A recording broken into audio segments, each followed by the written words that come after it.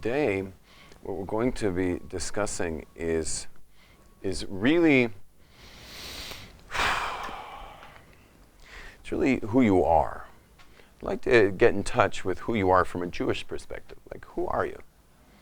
Who are you? Think about that question. Who are you? Who are you? If I put you in an MRI, would that give us any indication? What do you guys think? Yes or no? Not really. Yeah, well, that's trouble already. If we all kind of know intuitively an MRI of us is not going to help a thing, not going to help a thing about who you are, so. Because if I asked you guys to point yourselves, try it. Everyone raise your index finger. Come on. Raise your index finger. Cooperate, please. And point to yourselves. Point to yourselves. Okay. Everyone, almost everybody here pointed to their heart, ultimately. But, sorry, what's right there? Okay, first you got clothing, and by the way, I know a lot of people who think they are their clothing. And they do dress quite stylishly, but they're not their clothes. They're clothing, and then there's skin, then there's blood, then there's bone, and then there's this pump. It pumps blood. It's quite gross, and it's just pumping blood. Okay, is that you? Are you a pump? You ain't no pump, okay? You're not a pump. Okay, great. Let's try again. Raise your index finger. Everybody, come on, cooperate. Come on. And point to yourself. Okay, so this is what's predictable is everyone goes up here. Well, it's not going to get better. It's almost going to get worse, okay? It gets better. So skin, blood, bone. And then inside there's a squishy thing called a brain, okay? A brain. But the brain, the specific part that you're pointing to, because everyone points here because that's where your real thinking takes place, besides the hypothalamus, which is like the reptilian brain, it's more fight or flight and those types of things. Other parts of your brain handling your nervous system. But the part of you that you called you, which is you were pointing to the right place, that's called the cerebral cortex. In the cerebral cortex are neurons. So we got to go into the cerebral cortex. So let's going in. And it is neurons. How many neurons? Answer, billions of neurons. What? I have billions of neurons in there? They must be quite small.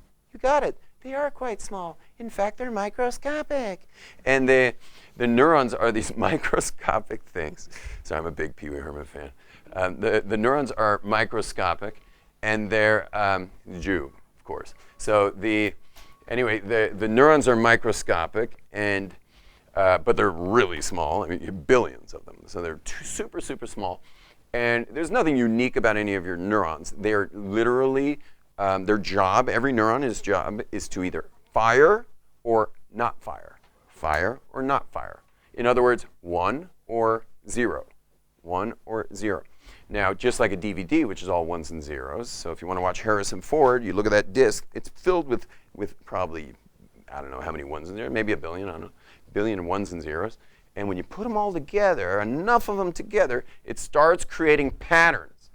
The ones and zeros make patterns to the form of Harrison Ford on the stage. And the same thing, too. You have a digital unit up here of ones and zeros that make patterns. And those patterns are deciphered based on the what? Based on the, not the, but the past. Very good. Based on the past of every other time you saw that. So every time you ever saw that, whatever that was. Like, for example, I noticed every one of you walked through this doorway, and I didn't see anyone bang into it. No rim shots, no backboard, just whoosh, swish. Each one of you did a swish. But many of you never been through this door in your life. There goes another swish. Okay? Just straight through the door, no problem. What happened? What happened? You got in front of that door just like Neo, and it was just like vzz, and your neurons are just like doorway, I've seen this before, remember, because it's matching it with the past, and it's like, I've seen this before, I can do this, and it's whoosh, straight through the doorway. Came in, sat down, which are all things that a little kid couldn't do. Little baby, first of all, they probably have to crawl into here. They can't sit up yet. So if you were a little baby right now, you'd already be falling over on the floor, off your chair. See, you guys don't even realize you're balancing right now. You're in balance right now. you know, if you see a little baby, first time they sit, they're just like, second time, like, third time, fourth time. Hey, I'm getting it, you know. And then after a while, they're like, I'm sitting, you know. And what's going on is the neurons are mapping each thing, including the fall and the pain of the fall. It doesn't feel good, especially falling backwards on the head, falling forwards on the face ain't comfortable. So the neurons, and that's why pain is such an important thing in life. Pain is really, really important. Pain tells you don't go there. Okay, pain is so important. In fact, there are even those who theorize that that disease called leprosy was not actually losing limbs. That was the symptom. Leprosy was losing feeling, so that you no longer knew where the pain was, so you'd actually start damaging limbs, and then wind up losing limbs because of the damage to the limbs. Pain is your best friend. That's why we limp, because if someone hurts their leg and now they're limping, they're putting less weight on there, which means it's resting and the tissues get their rest, and they can now heal while not being overly exerted. Pain is your friend. And if you ever had your heart broken, of course, in that pain, never ever broke anyone's heart after that, right? Wrong. So I have a very light definition of abuse. I know you can't go to jail for my definition. For the definition of abuse that sends you to jail, you gotta like actually really like do something grievous. But in my definition, which is the Kabbalah definition of abuse, and it's also our sages of Hillel, who's obviously a Kabbalist, but Hillel said it himself, and that is, never do unto others what you wouldn't have wanted done to you. So all it takes is one heartbreak to never break another heart, because you know what it feels like, so you'd never do it to another person. Because if you'd ever break another person's heart, that means you're doing unto others what you know is hurtful, which is a very light, gentle definition of abuse. That's abuse. And so our goal here in all of the Torah is to get you away from being an abusive person. So for example, if you'd ever been hiking and came upon a bottle or a cup or a napkin or anything else out there that should have been packed out with whoever packed it in, has that ever bothered any of you? So if that bothered you once, so you'd know the next time you were thinking of leaving a cup in the wilderness, don't go there, okay? It's abuse, okay? Anything that's ever bothered you in this world, don't do unto others. And when you get on that level, that means you got to the point which is what is called treading lightly. The goal, one of the big goals in life is to tread lightly on the world. Well, how am I supposed to know how to tread lightly? And the answer is, if anything's ever bothered me or affected me negatively, I don't pass it forward. I leave it there, and I never go there in my own life, so I'm never hurtful. And that's the goal. Are we always there? Am I never hurtful? Do my best. I do my best. Okay, back to our story. So our story is that your neurons, remember the neurons? Sorry, I tangentialized a bit. But the neurons are telling you like how to walk, telling you this is English. You think I'm speaking English right now? Is this English? This ain't English. This isn't American, it's not English, it's not language I'm speaking. It's math, pure math. I'm sending out vibrational patterns. For example, the A.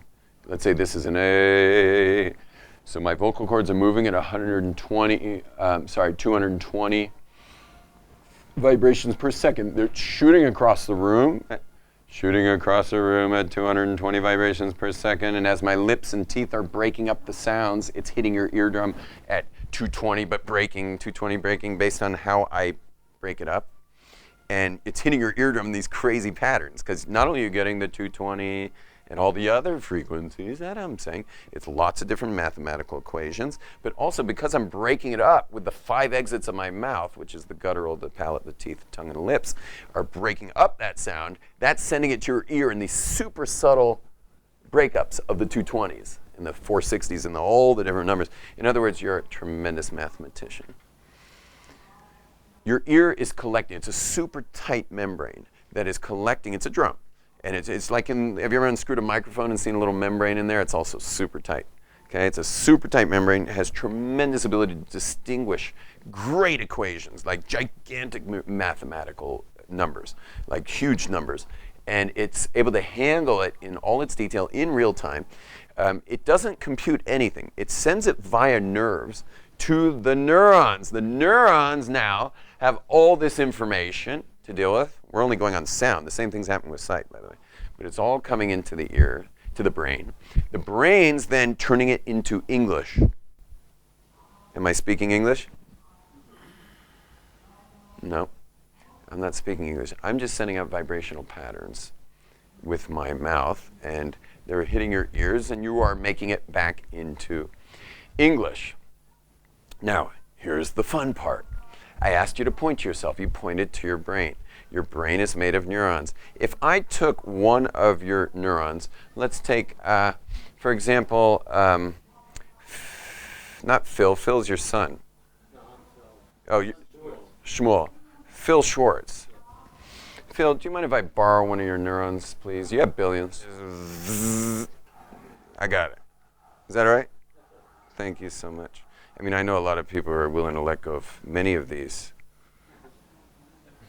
Every time they, you know what, okay? So, anyway, so we're going to put Phil's neuron on an overhead projector, okay? So let me put it on the projector. It's not a regular overhead projector. It's a magnifying. It's going to magnify it 10,000 times so you can see the thing, okay? It's got to magnify it. So we magnified Phil's neuron. We put it up on the screen. There is this giant neuron now being projected on the screen at about 80 inches. And my question to you guys, is that going to be a picture of Phil going like, hey guys, it's Phil? That's not going to be a projection of Phil on the screen. And if I took it back now and I said, you know what, I'm going to take this neuron and I'm going to pop it into, what's your name? I'm going to pop it into Mayor. You mind, boom, in the Mayor head. Mayor goes now to buy an ice cream cone, and he's like, I'll take strawberry, please. Did I just say that? I mean, he's not going to suddenly like strawberry ice cream because he got one of Phil's neurons.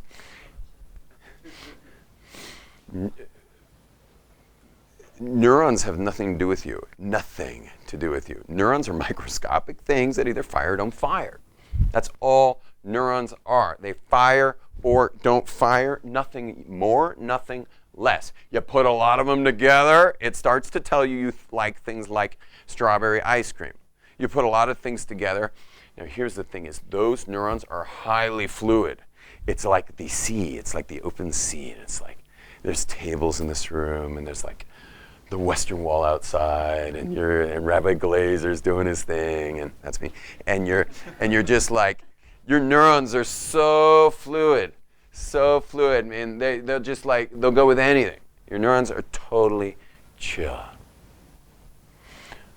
Or are they? Is it possible that there's a couple neurons in your brain that are like maybe little marbles that are not so fluid? Do you have certain things linked that shouldn't be linked? Maybe something that might have happened from your father when you were a kid, or maybe a dynamic that was inside your house, or maybe it's your birth order that you got kind of locked in the link to things, or you know what I'm saying? Oh yeah, but linkages that shouldn't be linked. I asked a kid. He grew up in a home that kept Shabbos. They always kept Shabbos. Shabbos was like 24 hours of Shabbos. Except he had a dad that pushed it on them.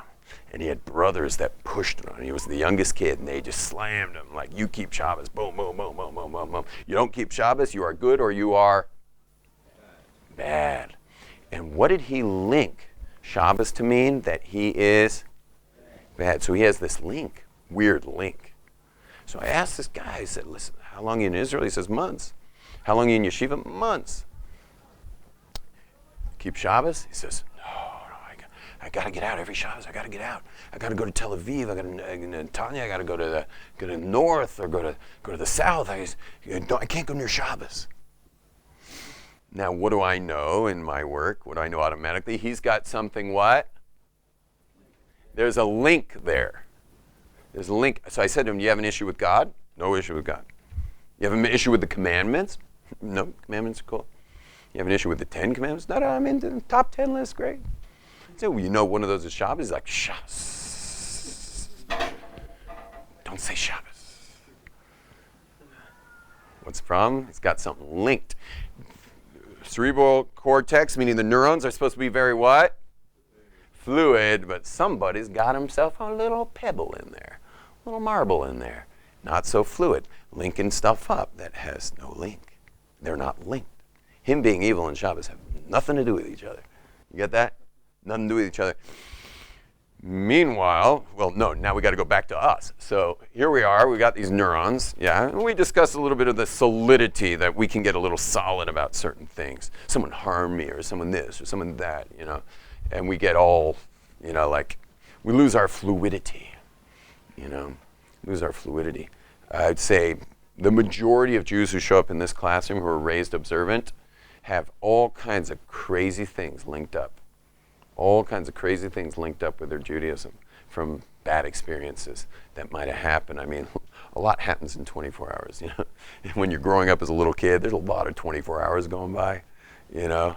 So all it takes is just, I mean, it could be anything. It could be anything. You could be a 5th grader, you raise your hand in class, you ask a simple question to the rabbi, you know, because the kids in the observant world grow up observant and with observant rabbi. You ask a question, okay, it was a dumb question. You didn't know it was a dumb question. But it was so dumb that the rabbi he couldn't hold back. He just couldn't hold back. And he said, an amazing question if it were 3rd grade. This is 5th grade.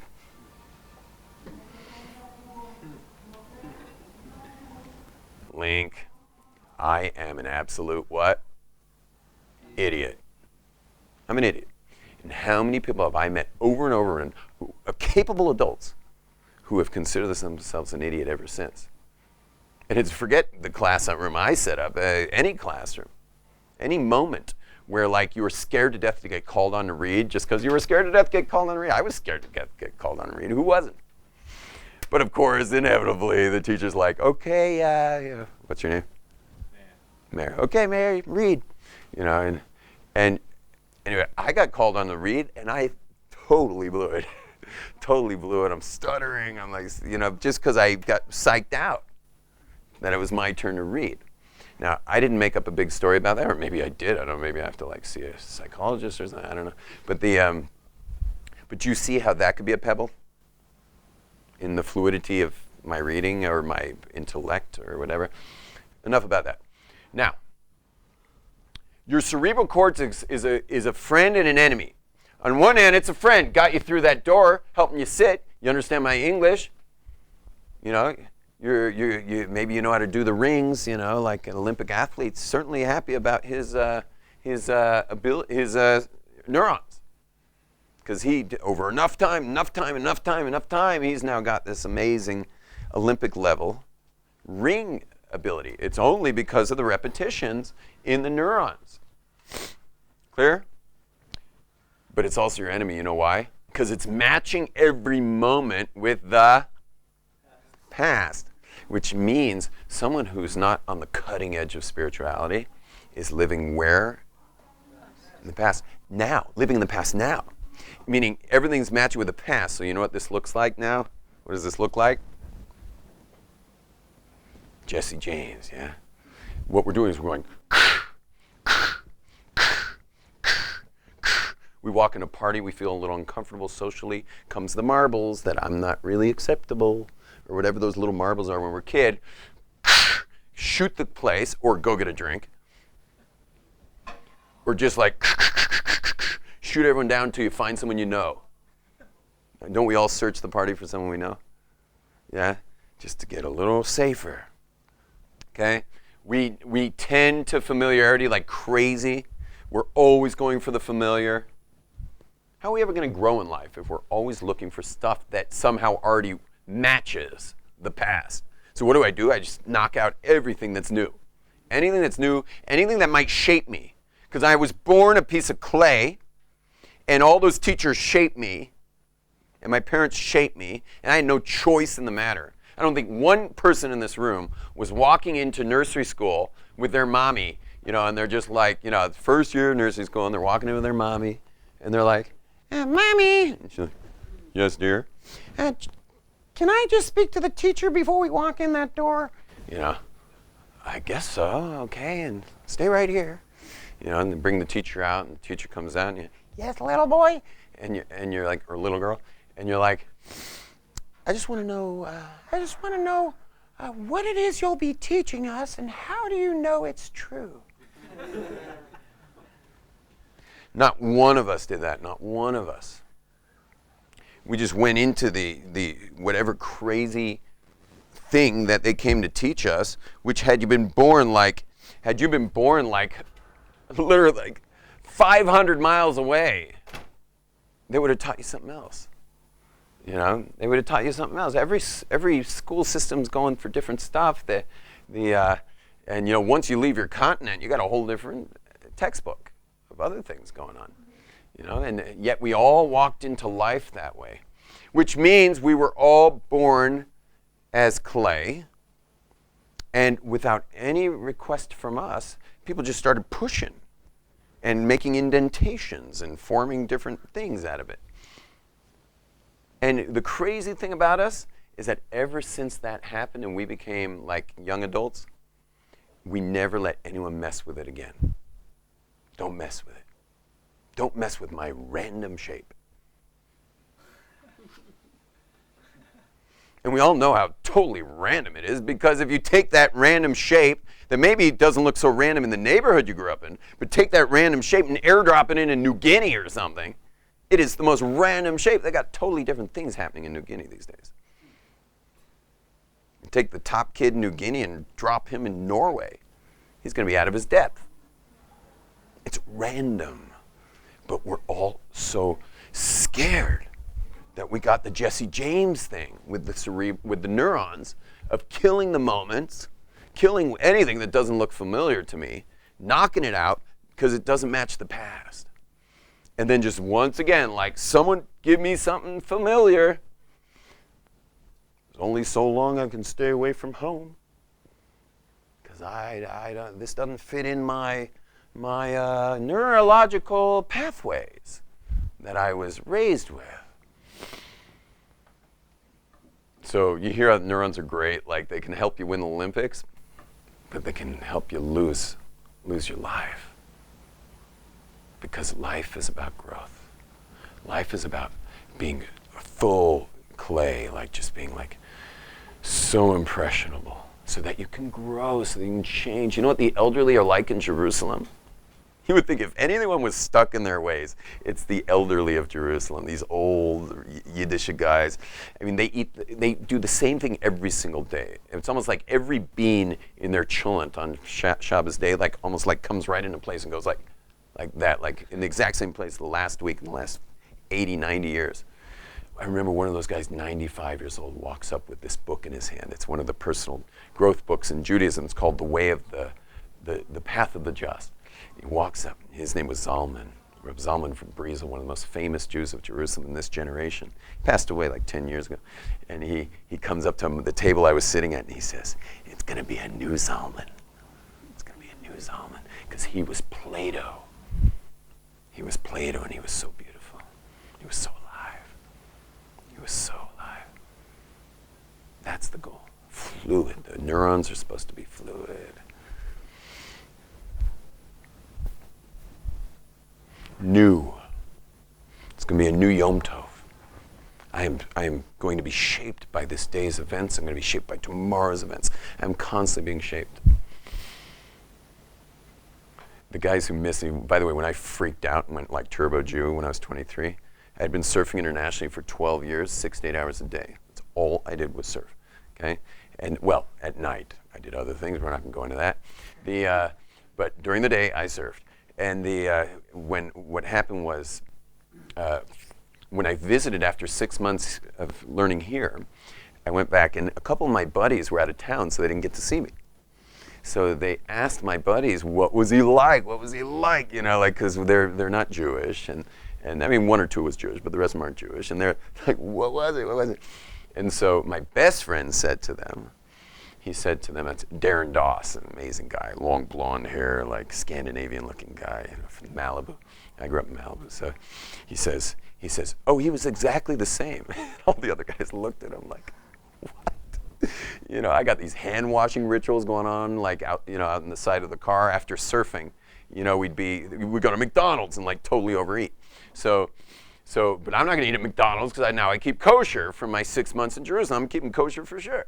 So I had them pull the car up next to Zuma Beach. There's bathrooms are right off the highway. And I had my own little cup. I'd made my sandwiches. I washed my hands, 2 on the right, 2 on the left, made my blessing with the Pacific Ocean in the background. It was gorgeous. And sit down in the car, make my hamotzi lechem min haaretz. I'm just chewing away on like this, like these are like Scooby snacks, like giant sandwiches. Like, it's amazing. My daughter's trained well. My 18-year-old daughter made me a Scooby snack for today, triple decker, amazing. So anyway, and all my friends are in this SUV, 3 guys in the back, me and the driver in the front, and they're all just looking at me like, what? And they showed up at sunrise. We surf at sunrise, and they showed up at sunrise, and they were peeking through my blinds in my room, like pounding on them, and they see me in there with black boxes on, and they're just like, what the hell? And it was silent driving to the surf spot because all they wanted to do was ask, and they didn't want to like ask. So like it was silent the whole way. So I finally halfway there, I'm like, you're probably wondering what the black boxes were, and because I saw them all. First it was one guy peeking, he was just like.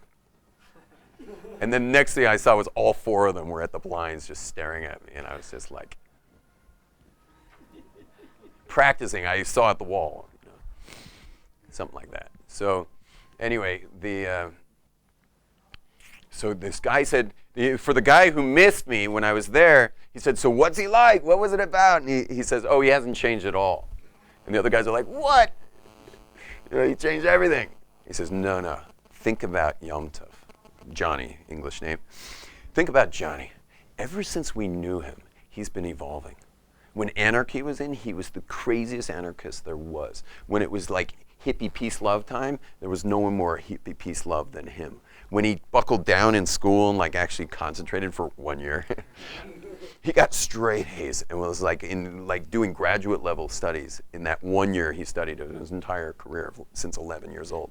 So that was in university. I like freaked out and decided like I got to at least see if there's any truth in university. So I did graduate level philosophy classes, So I kept going and going like that. And anyway, they're like, ever since we've known him, he's constantly evolving. So he's the same exact guy. Only now he's embraced his Judaism because he never knew anything about it. But since he went to Jerusalem and found out what it was, so that's where he's at now. But if you check me out 3 years later, then I was like doing like different things in Judaism, very different things. And now I'm also doing different things than I was doing then. I'm always, but that's the point, is that your neurons are supposed to be so fluid, but we're all so solid. We're all such rocks, and we all like to think that old guys are rocks, old ladies are rocks, but I'm a young, strapping man with, here to like grow in life. But in fact, we're just rocks. We have things linked. We got all kinds of stuff going on where we just don't grow very well, which means we're not 100% alive, and that's the scary thing. But here's the clincher. You ready for the clincher? Here's the clincher. Guess what? This isn't what our classes are about. Our class is about who are you. There's one more thing that your neurons have been saying to you, besides how to get in the door and what's English and that your dad drop kicked you and therefore this, that, and the other. There's another thing that your neurons are saying to you that they should not be saying to you. It's almost as if you've been hijacked by your neurons. There's another thing your neurons are saying and they should not be saying. Why? Because it's just not their right. They have no right to be saying it. There's one more thing your neurons are telling you. You ready for this? Your neurons are telling you who you are. Everyone think about that for a moment. Who are you? That was my original question. Who are you? Who are you? Who?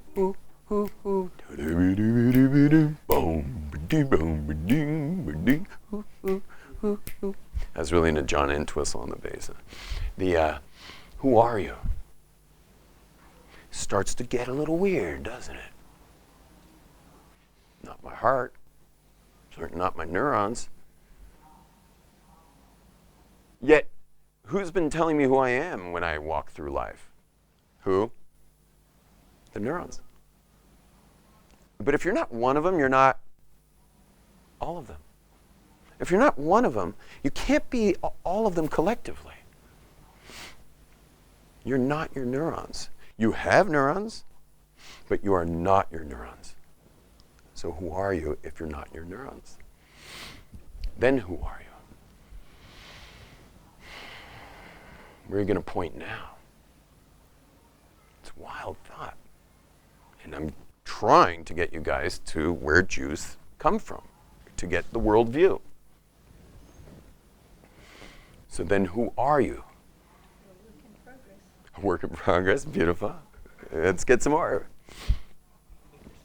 Who you make yourself to be. Amazing. Beautiful. Let's hear. Who are you?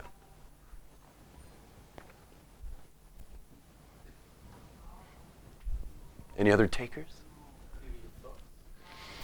That's exactly who you're not. That's what we just got through saying. Your soul. Very good. Well, listen to this, guys. Who you are is obviously not your neurons, and they've already mapped the brain in brain science. They mapped the whole brain. You're not there. Okay? They know where thought is. They know where sight, taste, hearing. They know where love is and where fear. They know where all that stuff is. They've mapped all that. The one thing they can't find is who's experiencing it. They can't find the point of reference that you call you. That they cannot find. So you're not there. And so the answer is who you are is the neshama, which is called the soul. You are the soul. What's the soul? I have no idea. We don't know what it is. But I'll tell you one thing, that when your soul was in the pure soul realm, before it got put inside this little Toyota of yours, this avatar you've been calling you, mistakenly calling you, and the Greeks have been wanting you to call this you. And Calvin Klein commercials definitely are trying to tell you that this is you. And that's why we don't tattoo. If you're already tattooed, enjoy it. It's too late now. But the reason we don't tattoo is that it's not yours. It's your avatar. It's your avatar. And when the soul was told that it had to come down and have an avatar in this world, it said, no way. No way. And God starts giving all these promises. It's like, but like on the seventh day, your avatar just will stop. It won't do anything for it won't burn things, it won't light things, it won't get in cars, not gonna use phones, it won't do business. I promise at least 1/7 of your jail sentence in your avatar, at least 1/7 of it will be without pain. And it's like, okay, that's good, 1/7. And not just that, but the stuff that'll poison you, it will not eat. It will not eat. It will be commanded not to eat the stuff that will just it's like cyanide to the soul. And it won't eat that stuff. Shellfish, pig, all these things. It won't eat it. He says, you promise? Well, I can't exactly promise because it's going to have free will. So it could always go buy the pork chops. It could go eat the double bacon cheese. It could do all that stuff. But if it honors you, if the avatar honors you, it won't. If it doesn't honor you, it will. He says, well, I'm not going down then. Forget it. I'm not going. Because you can't promise me it's going to honor me. In conclusion, everybody, in conclusion, your body is not you. Your body's an avatar that has had a soul, with a dropper, just kind of went and it dropped the soul into it on the 40th day after conception, into the fetus. And the soul wants certain things. The avatar, on the other hand, is stuck with the neurons. And the neurons is just a real estate business. The next thing I'm just going to share with you about worldview is a Jew sees his brain as real estate. Tracts of land. Who are you willing to give them up to? What are you willing to watch? What are you willing to click on? What are you going to educate yourself with? What are you going to fill your brain with? What are you going to fill your mind with? Because your mind is real estate. There's no television in my house. If there's anything I can do to help the real estate of my kids' minds be kept special and holy, that's not one of them. They're not going to have someone else's programming. Can they watch a video? Sure. But I'll put on a video for them, having first screened it myself. Because your mind, think about it, everybody. Your mind is the real estate of your avatar, and your soul is either going to be in bondage behind the bars of the neurons of the avatar of the soul. You got to take care of yourself. You got to love yourself. While you're here, give tomorrow's night's Shabbat.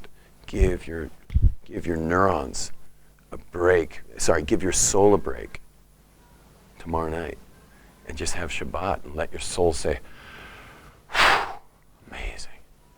By the way, your soul, when you came to Jerusalem, your soul was like, yes, yes, yes, yes, yes. Because it just knew Shabbat. It would get a Shabbat. You know, except for the guy we talked about who had it linked and wound up in Netanya. Yeah? His soul was like, yes, we're coming to Jerusalem. We're going to get Shabbat. Except he had it linked with his dad and his brothers and evil. So he pulled his soul to Netanya and didn't keep Shabbat. So in the end, all we're really doing is being realist. We're being realist. You're not your body. Your neurons are part of your body, so you're not your neurons. Your neurons are just what you use for the soul, which is your avatar. Your neurons are just your avatar, your soul. It's the brain of the avatar. And so the idea, though, in the end is honor your soul. Just honor it. It's stuck here with you. Honor it. And watch the magic happen, by the way. I'm concluding with a story that there was a person who was the least spiritual person I've ever met in my life. He was raised purely by television. Raised by television. He drove a BMW that matched his cell phone and his suits. On Sunday, he would just be, in Venice Beach, Muscle Beach. And he'd just be like in tank top, and he'd just be like, I'm so buff, I'm so tan. Hey, I'm buff and tan. Yeah, and people used to always say to me, as I was in Israel and I was in yeshiva, and people always say to me, "Hey, what about him? Like, send him a book or something." They knew I was close to him. He was Jewish. So send him a book, send him anything. Send him one of those books about how the athlete became observant, some famous athlete, or speak his language. Send him a biography of a businessman who became observant or something. Send him that. I would always say to them, leave him alone. Like, this man and spirituality have nothing in common. Like, he does not have a Jewish bone in his body. Leave him alone. That's what I always said. That's what I said. But you should know, today he's like a Rebbe to me. He's one of the most spiritual people I know. Amazing, amazing person. And how it happened, he flew in for my wedding. And his business was running itself, a wealthy guy, his business was running itself. And so he stayed for another month. And he danced in Tel Aviv every night. Danced in Tel Aviv. You know what goes on when you dance in Tel Aviv. So he woke up at noon the next day, every day, he woke up the next day. And he came to Jerusalem, to my place. Except I wasn't home. Who was home? My wife. I was studying in yeshiva. So she and they'd fight over. He'd be like, how can you live this lifestyle? And she would nail him because she's no slouch. She knows her stuff. My wife's strong. So she gave it to him. She was smashing with her spatula, you know. Every night back in Tel Aviv with this girl, every day back in Tel Aviv, arguing with my Rebbitzin, my wife. Rebbitzin's like the female rabbi. Night, day, night, day, night, day, night, day. Finally, I dropped him to the airport. My wife's like, thank God. You know, like what kind of a first month of my married life was that? You know, like hours of arguing with this guy. And every single day. So anyway, so what happens? 3 weeks later, I get a phone call from his parents in America. How are you, Mazel Tov, on your wedding and everything? Can I speak to, you know, and they said, you know, can I speak to Andy? And I'm like, I dropped him to the airport 3 weeks ago, so I mean, call him yourself. You know, it's your son. They're like, no, he never came home. I'm like, what are you talking about? He never came home.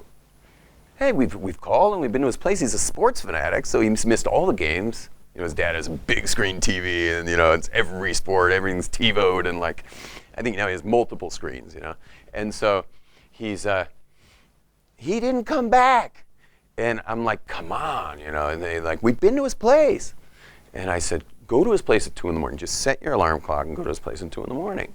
Surprise attack. So. Anyway, they go to his place at 2 a.m. They're banging on the door, and I guess in a stupor, he comes to the door, opens up the door, and they look at him, and he's got one of these on his head. And he was too embarrassed to go home, because he said when he got on that flight after a month of arguing with my wife, and after seeing my marriage, and seeing the wedding, and seeing the way people are around here, the way people are at Shabbos tables, and the way people treat each other, and the world we have here, and the wisdom. He said, I don't know where I'm going with this, but I'm never taking this thing off. He didn't know where he was going with it. But he's never taking this thing off. The rest was history. And he became, you want to hear something amazing? Girls wouldn't leave him alone, because his life was a lot of girls. So the girls are always attacking him and stuff, but he doesn't want to touch girls anymore because we're not involved with girls. But anywhere he would go, he'd like sit down at a party and some girl would jump on his lap. So he decides to grow a beard. He called it nectar deflector. He grows a beard as nectar deflector. He's still running his business. Like he's got a good business, he's got his nectar deflector, he's got his little yarmulke on, and everything was going great. Anyway, in the end, he becomes a Breslever Chassid rabbi. And just an amazing thing, but he became one of the most spiritual people I've ever met. Why? How? How could it be that guy from Muscle Beach? Became like a Rebbe to me in meditation, in Torah, in everything. How? How could he become my mentor? And the answer is because he started honoring the neshama, the miracles started happening. You watch it yourselves. You see, you honor your soul. You honor the soul that was stuck in your avatar, and you start treating it with some respect. You start really honoring it and asking rabbis, learning books, find out what do I have to do to keep my soul happy inside this body. And then you start watching miracles happen of how powerful you are. He's a powerhouse, this guy. And you should know he's a major banker. He's a vice president of Chase in Los Angeles. He's not a slouch.